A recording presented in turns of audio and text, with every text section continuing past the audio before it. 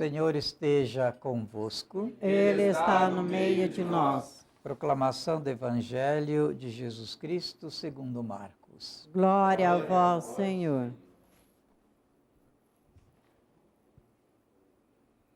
Naqueles dias, havia de novo uma grande multidão e não tinha o que comer. Jesus chamou os discípulos e disse: Tenho compaixão dessa multidão, porque já faz 3 dias que está comigo e não tem nada para comer. Se eu os mandar para casa sem comer, vão desmaiar pelo caminho, porque muitos deles vieram de longe.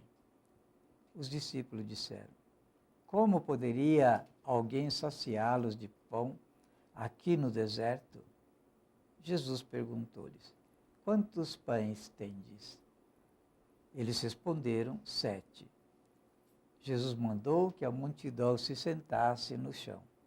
Depois pegou 7 pães e deu graças, partiu-os e ia dando aos seus discípulos para que o distribuíssem. E eles os distribuíram ao povo. Tinham também alguns peixinhos. Depois de pronunciar a bênção sobre eles, mandou que os distribuíssem também. Comeram e ficaram satisfeitos, e recolheram 7 cestos com os pedaços que sobraram.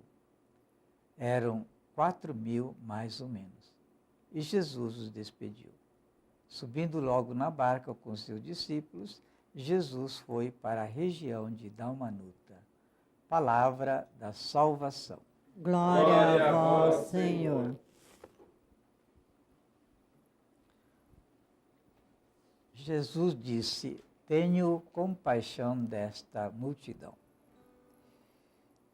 Nós estamos nesses dias acompanhando a proclamação da primeira leitura do livro do Gênesis e hoje nos foi anunciada o momento em que Deus interpela Adão e Eva após a transgressão. O autor do livro desenvolve aqui a convicção de Israel de que, tal como aparecia então, era a condição humana. Por isso mesmo, nessa imagem plástica, da descrição desse texto de hoje, nós encontramos a expressão da realidade da época que o autor percebia muito significativo para poder traduzir e poder entender por que tudo aquilo que a comunidade vivia naquela época. Então, nós já sabemos dessa descrição do texto de hoje e ficamos com a mensagem que a palavra de Deus quer nos comunicar.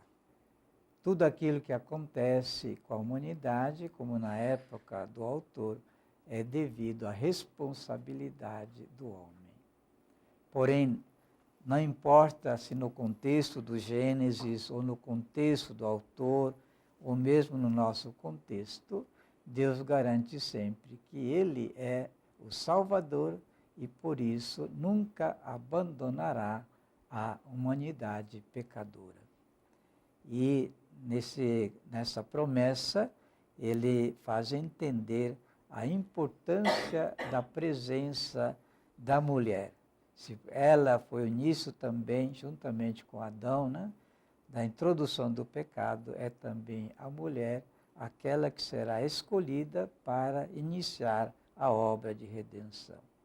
A Igreja atribui à mulher do Apocalipse e também desta passagem do Gênesis a Maria, aquela que foi escolhida para ser a mãe do Redentor, do nosso Salvador.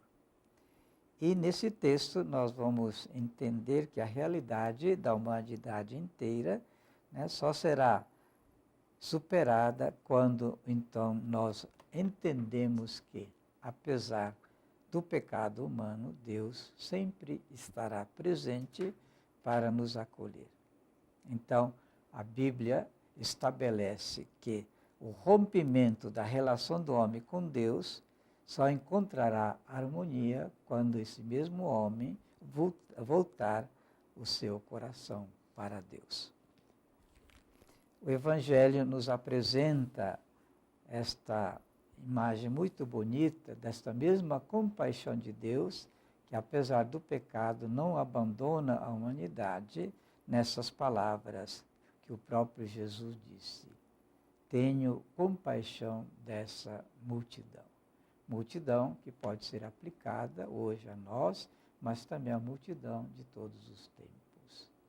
E no sinal do pão que Jesus distribui para saciar a fome material, ele responde à necessidade da fome de sentido que a humanidade tem e que cada pessoa procura intensamente. Assim como Jesus saciou, né, aquela turba de cerca de 4.000 homens, e o número 4 na Sagrada Escritura indica, né, os 4 pontos cardeais para incluir todo o mundo criado por Deus. E ao evangelista Marcos diz: comeram e ficaram satisfeitos com o pão dado por Jesus.